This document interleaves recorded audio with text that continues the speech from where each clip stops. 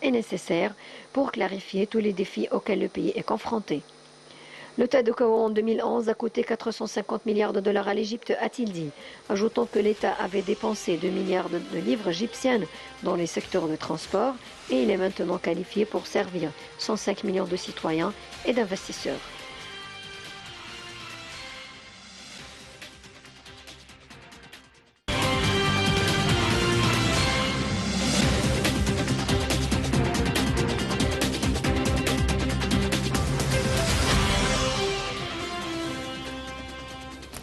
Lors de ce sommet, le président Abdel Fattah al-Sisi a tenu à mettre l'accent sur la qualité des relations entre l'Égypte et les Émirats arabes unis. Et pour parler de la qualité de ces relations plus en détail, nous avons en ligne Dr Nesrine Chokri, journaliste. Bonsoir docteur. Bonjour. Alors, on voudrait jeter la lumière sur la qualité des relations entre l'Égypte et les Émirats arabes unis. Alors en fait, l'Égypte a une politique extérieure qui est de longue date et qui se base sur une véritable diplomatie très douce et très aussi équilibrée. Et cela se reflète aussi bien avec ses frères arabes que aussi d'autres pays amis ou même les pays avec lesquels nous avons parfois des dossiers sur lesquels nous ne sommes pas tout à fait d'accord.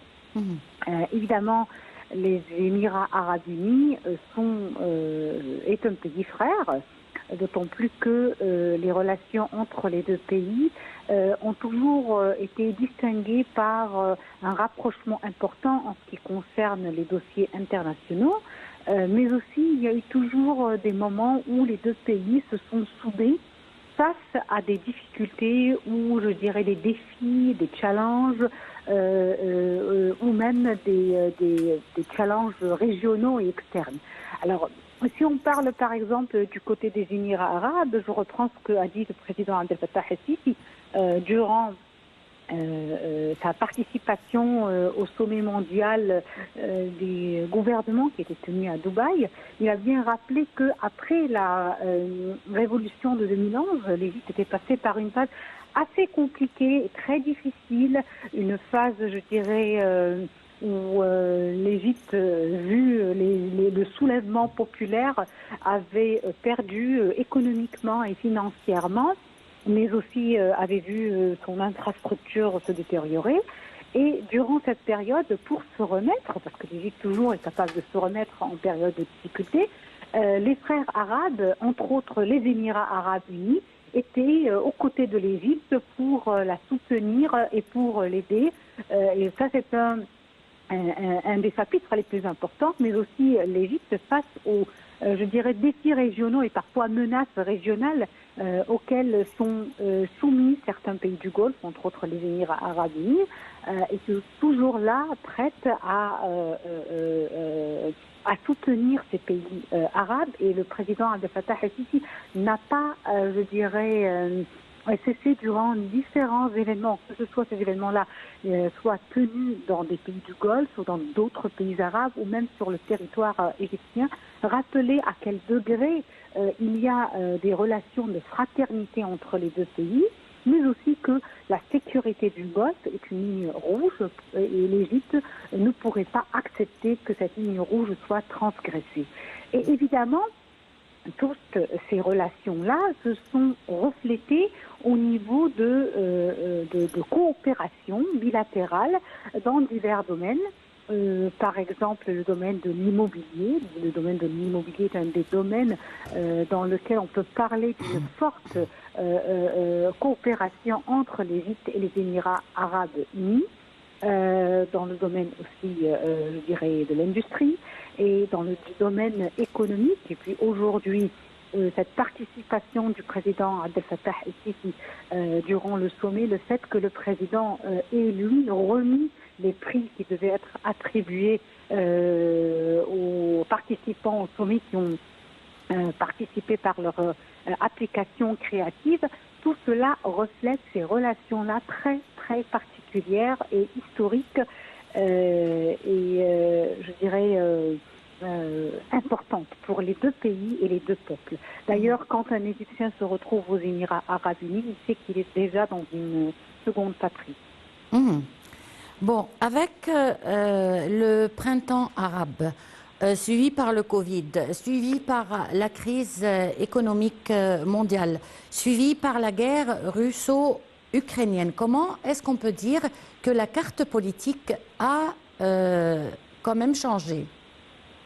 Il faut reconnaître que d'abord, le printemps arabe était un événement très important parce qu'il a permis, de démasquer certains pays, de démasquer certaines puissances mondiales, même en dehors de la région, et je dirais de revoir les jeux mondiaux qui se passent sur la scène mondiale sans masque, sans phare.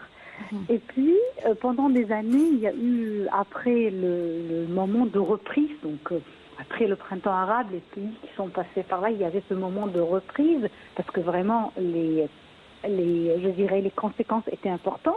Et suite à cela, on a eu des événements très importants qui ont vraiment changé totalement la carte mondiale et qui vont continuer d'ailleurs dans les prochaines années à changer la carte mondiale, et on aura un nouvel ordre mondial après ces événements-là. Alors, d'après ces événements-là, on peut d'abord parler du Covid en 2020. Le Covid en 2020, confinement, perte économique, je dirais aussi, il y a eu ces moments où on a vu quels sont les pays qui étaient prêts, malgré les difficultés par lesquelles ils passaient, à présenter une aide, que ce soit logistique, que ce soit médicale, que ce soit même humaine, que ce soit financière à d'autres. Quels sont les pays qui se sont abstenus? On a vu que les grandes puissances, même occidentales, il y a eu cette course effrénée à s'emparer des masques qui venaient de différents pays, et donc on a vu un petit peu les choses différemment. Et puis, on a vu aussi comment les grandes puissances qui disposaient du vaccin n'ont pas fait un geste assez important envers le continent africain qui, lui, avait vraiment besoin de ces vaccins, d'abord sur le plan humain et médical, mais aussi pour la relance économique et le développement, parce que qui dit maladie dit certainement arrêt de l'économie. Et donc, certains pays d'Asie ont, je dirais, saisi l'occasion pour je dirais, redorer leur blason auprès de quelques populations africaines. Suite au confinement et au Covid, il y a eu la perturbation de la chaîne d'approvisionnement mondiale, qui était tout à fait ordinaire. Et puis, on a eu la stagnation économique, puisqu'elle a été affectée par tous ces éléments-là, par aussi des décisions économiques mondiales qui n'étaient pas toujours dans le bon sens.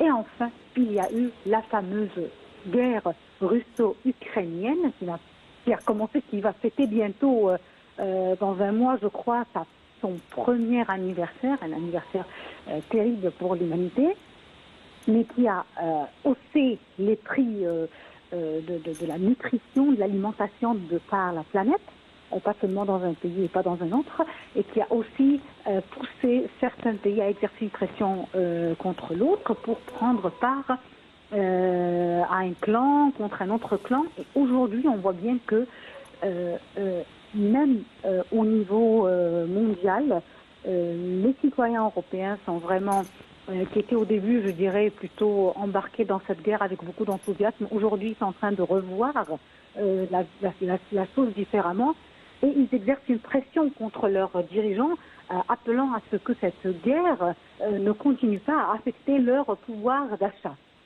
Et l'Europe aussi, après cette guerre, elle s'est sentie, je dirais, enlisée dans une guerre qui la concerne peut-être de très loin, et pas de très près, il y avait le gaz russe, il y avait aussi les matières premières qui parviennent à l'Europe pour son industrie de la Russie. Donc aujourd'hui, le carburant est cher, non seulement pour les ménages, mais aussi pour l'industrie européenne qui s'est dégradée face à une industrie chinoise et américaine qui bénéficie d'abord d'un carburant moins cher et aussi d'autres facilitations sur les territoires. Et aujourd'hui, le vieux continent est conscient du fait qu'il a besoin de se séparer peut-être de la grande puissance américaine les États-Unis essayent d'exercer jusqu'à présent je dirais, un effort considérable pour rester l'unique grande et superpuissance du monde, mais on voit bien qu'il y a une montée de la part de la Chine et contrairement à tous les pronostics, la Russie a continué, je dirais, à tenir le coup malgré les difficultés. Son économie a été beaucoup moins influencée que les économies des États-Unis et des pays du vieux continent. Donc véritablement, je dirais que une fois cette guerre russo-ukrainienne se terminera, parce que là, il y aura certainement des gagnants et des perdants, on verra un nouvel ordre mondial. En tout cas, les pays arabes ont commencé déjà à, je dirais, comprendre un petit peu cette situation. Et l'on voit aujourd'hui qu'ils sont en train de resserrer leur rang pour, en quelque sorte, créer une sorte de monde arabe complémentaire qui puisse faire face à cette situation mondiale changeante. On verra après, les alliances mèneront le monde vers où. Il est sûr que tous ces événements-là vont faire naître un nouvel ordre mondial. Aujourd'hui aussi les BRICS, les pays qui constituent les BRICS, l'Inde, l'Argentine, le Brésil, ces pays-là, la Russie, tous ces pays-là, ils insistent véritablement à avoir une importante présence sur le terrain.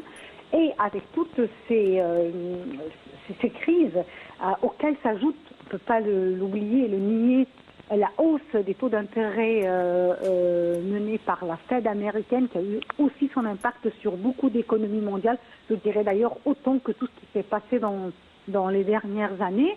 On voit aussi un appel mondial qui réclame que le dollar soit remplacé par d'autres monnaies sur l'espace, sur l'échelle planétaire ou mondiale, ou encore qui soit peut-être pas remplacé, mais qui soit, je dirais, une des options que l'on pourrait avoir face à d'autres monnaies qui veulent aussi s'imposer sur le terrain. Donc peut-être moi ce que je dirais, ce que l'on verra vers la fin de cette guerre, c'est probablement la fin de l'hégémonie d'une seule superpuissance et la naissance de différentes coalitions et alliances qui pourront rétablir probablement l'équilibre planétaire qui avait disparu au cours des 2 dernières décennies. Mais justement, parlant de nouvelles alliances, comment interprétez-vous la rencontre entre les dirigeants chinois et iraniens et est-ce que cela a un rapport quelconque avec cette guerre russo-ukrainienne? Alors, bien sûr, il est clair que durant toute cette guerre russo-ukrainienne, la Chine, je dirais, s'est beaucoup placée comme porte-parole parfois de la Russie ou comme négociateur entre Russie et l'Occident. La Chine n'entretient pas des relations très idéales avec les États-Unis et les différents épisodes et chapitres viennent le confirmer, que ce soit au passé, que ce soit dans l'avenir. Et par conséquent, je crois que en politique, quand on essaye de créer des alliances, on les crée toujours avec les pays ou les axes ou les États qui partagent nos mêmes visions ou nos mêmes au moins intérêts et dossiers. Et c'est le cas avec l'Iran, la Russie, la Chine, puisque les 3 pays, ils sont tous sur le même, je dirais, degré d'entente et qui ont toujours eu aussi des difficultés avec la superpuissance américaine qui a souvent été interprétée par les 3 États comme étant un diktat ou une forme de dictature mondiale qui leur impose un système de vie ou un modèle de vie qui ne les convient pas. Et donc c'est tout à fait ordinaire qu'il y ait ce rapprochement-là. Bon, une dernière question concernant la Turquie et la Syrie, puisqu'on ne peut pas négliger le séisme dévastateur qui a touché à des centaines et des milliers de morts et de blessés. Est-ce que ce sujet a été abordé pendant le sommet des gouvernements? Et comment est-ce que les pays vont pouvoir aider la Turquie et la Syrie à surmonter ce désastre? Alors évidemment qu'il a été discuté durant le sommet, était abordé durant le sommet. D'ailleurs, je reprends les propos du président de la République, M. Abdel Fattah al-Sisi, qui avait appelé les Émirats arabes, qui avait déjà fait un pas très important en faveur de la Turquie et de la Syrie, poursuivre cette aide et même de la multiplier. Est-ce que les pays pourront véritablement régler le problème? Je crois que les aides humanitaires, c'est ce qui est maintenant acheminé vers les deux pays. C'est déjà très positif, c'est déjà très important, mais il ne faut pas oublier que les seuls pays qui ont véritablement déployé un effort envers la Syrie étaient surtout les pays arabes. Beaucoup de pays occidentaux n'ont rien fait pour la Syrie. Que les aides aussi qui ont été acheminées envers la Turquie et la Syrie ne sont pas assez suffisantes. C'est pas comme par exemple le cas ukrainien. Pourtant, on parle d'une destruction encore pire que ce qui s'est passé en Ukraine. Et en même temps, il faut se rappeler que ces pays-là, autant que des aides humanitaires et médicales, ont besoin d'aide logistique sur le terrain là-bas pour extraire des cadavres, des dépouilles et pour aussi aider encore des survivants, puisque après 200 heures du séisme, on trouve encore des survivants sous les décombres. Donc c'est là véritablement l'aide dont les deux pays ont besoin, et cette aide-là pourrait être fournie par les grandes puissances comme les pays de la région aussi. Et je crois que c'est là qu'il doit y avoir un changement de perspective par les différents pays, pas seulement des aides humanitaires et médicales, mais aller plus loin des machines, des appareils, des engins, des êtres humains capables de trouver des survivants ou des dépouilles sous les décombres. Docteur Nesrine Chokri, je vous remercie beaucoup pour cette intervention. On va terminer avec notre dernier reportage. Dans un discours lors d'une session de dialogue en marge du sommet mondial des gouvernements à Dubaï, aux Émirats arabes unis, le président Al-Sisi a déclaré l'importance du soutien des frères à l'État égyptien, exprimant sa gratitude et son respect pour tous ceux qui ont contribué et aidé non seulement l'Égypte, mais aussi tout autre pays arabe. Je vous laisse avec le reportage et je vous remercie de nous avoir suivis. On se retrouve demain avec une nouvelle édition de Direct et un nouveau collègue. Au revoir.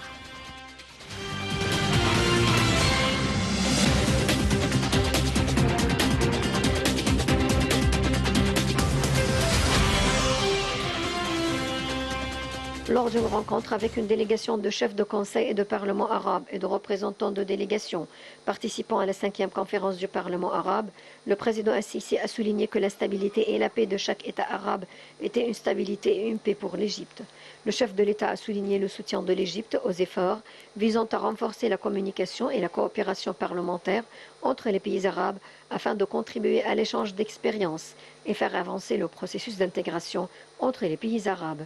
Il a loué la décision du Parlement arabe de se concentrer, lors de la présente session de la conférence, sur la question de la sécurité alimentaire à la lumière de la crise alimentaire mondiale que traverse le monde.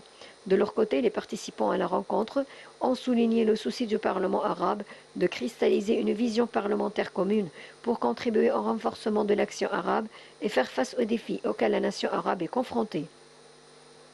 Ils ont aussi salué les efforts de l'Égypte sous la direction du président Al-Sisi et ses positions honorables dans la défense de la sécurité nationale arabe. Dans son allocution, le président Al-Sisi a déclaré que l'Égypte réaffirme sa position ferme concernant le rejet et la condamnation de toute mesure israélienne visant à modifier le statut historique et juridique existant de la ville de Jérusalem et de ses lieux saints. L'Égypte met une nouvelle fois en garde contre les conséquences désastreuses qui pourraient résulter d'une violation de cette disposition ou d'une tentative d'anticiper ou d'imposer un fait accompli qui affecte négativement les perspectives de négociation sur le statut final entre les parties palestiniennes et israéliennes. Le président Al-Sisi a indiqué qu'il saisit cette occasion pour renouveler son appel à la communauté internationale et aux partenaires de la paix sur la nécessité de travailler ensemble pour mettre en œuvre la solution à deux États et créer les conditions appropriées pour la reprise du processus de paix entre la Palestine et Israël en tant que pierre angulaire des aspirations des peuples de la région à parvenir à la sécurité, à la stabilité et à la coexistence pacifique régionale. Il a également appelé les parties internationales à ne pas céder à l'impasse politique qui s'accumule au fil du temps et accroît la complexité du règlement à l'avenir.